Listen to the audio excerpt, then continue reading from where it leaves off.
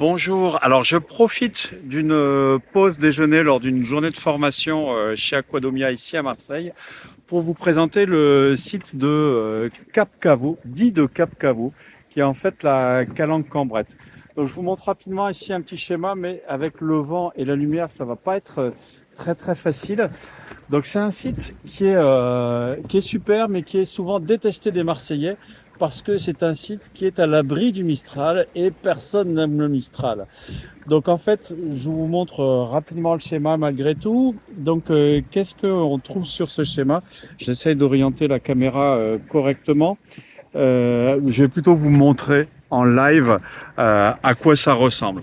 Donc ici, vous voyez, c'est la calanque avec au fond, derrière moi, là, des petites piscines remarquables. Ça fait vraiment des petites piscines qui rentrent dans l'île avec des fonds sur 5 mètres de fond, donc idéal pour les initiations, et dans lesquelles on va trouver des holoturies, des anémones, des fois des poulpes, voire des sèches, beaucoup de sarres, etc. Bref, un endroit vraiment génial pour terminer ses plongées ou pour débuter une initiation.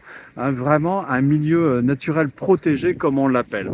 Ensuite, qu'est-ce qui se passe? Quand on va vers le large, on est bien sûr sur un fond très sableux, mais derrière moi, le fond là progresse tranquillement, hein, de 10 mètres à 12 mètres, à 15 mètres, puis 20, 30 et ainsi de suite. Et là, on va trouver beaucoup de débris de vaisselle, tout simplement parce que la zone servait lors de la peste de 1720 à permettre aux bateaux de faire leur quarantaine ici et jeter leur vaisselle contaminée. Donc dans cette zone-là, on va trouver plein de vaisselle avec un fond qui descend tranquillement. Et ensuite, là, je vais me tourner vers l'autre extrémité. À ce cap-là, on a un petit tunnel qui est assez fantastique, qui est accessible assez rapidement durant les débuts en plongée, puisque c'est un tunnel qui doit faire, allez, on va dire 4 mètres de longueur, qui est très large, hein, donc c'est vraiment sécurite, hein, on y voit la lumière partout, et il est à 12 mètres de fond, donc c'est vraiment très sympa. À l'intérieur, il y a des gorgones, il y a des fois des langoustes, et c'est vraiment une bonne expérience, première expérience de plonger sous plafond.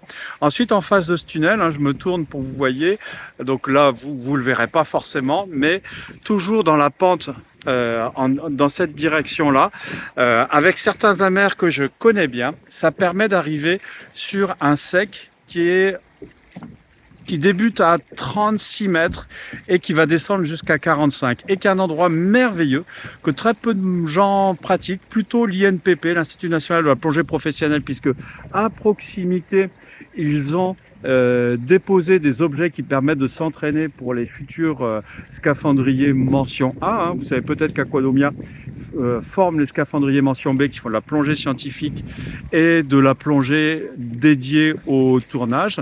Là, l'INPP, c'est la mention A qui est donc dédié aux travaux sous-marins, donc pour les gens qui vont travailler dans les stations d'épuration, sur les pipelines, dans les bassins de centrales nucléaires, dans les égouts et ainsi de suite. Et donc, ils ont des plateformes qui leur permettent de travailler là-bas.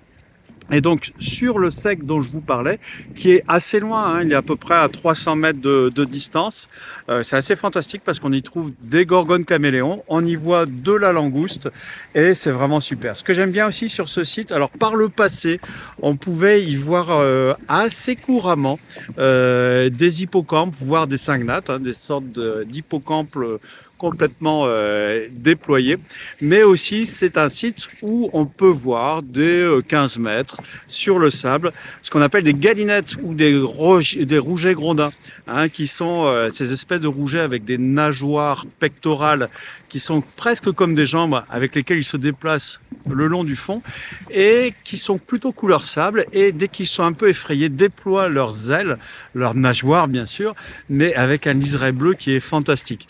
Et alors aujourd'hui, on est le 29 novembre 2023, on a eu la chance de voir par 8 mètres de fond un truc que je n'avais jamais vu jusqu'à présent, un gorgonocéphale, un petit gorgonocéphale autour d'un rocher. Alors ce qui est original, d'une part, c'est de le voir ici, c'est de le voir en plus sur un caillou, hein, alors que le gorgonocéphale, qui est un échinoderme hein, de la même famille que les holoturies, les étoiles de mer, etc., est plutôt sur les têtes de gorgone. Et là, il était au fond, crispé sur son caillou. Hein, c'est des animaux extraordinaires, les gorgonocéphales, qui se déploient la nuit. C'est vraiment magique.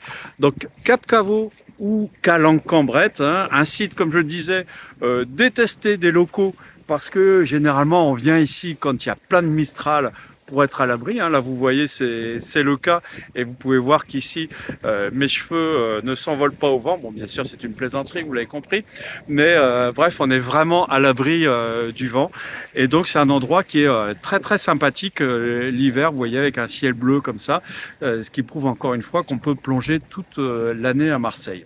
Donc Cap Caveau ou plutôt Calanque-Cambrette, un super site, y compris pour le snorkeling et le freediving, parce que la visite des piscines qui sont derrière moi, là, c'est vraiment un truc extra, c'est un paysage lunaire. Voici, c'était une petite pause pour vous présenter le site de Cap Caveau. Si vous avez aimé cette vidéo, un petit pouce. Si vous ne l'avez pas aimé, je vous la rembourse. Vous pouvez télécharger mon guide sur les trucs astuces pour la formation plongée, je vous mets le lien dans la description. Et puis n'hésitez pas à poser vos questions sur la formation plongée ou sur la plongée à Marseille. Et je vous souhaite de très belles plongées, à bientôt.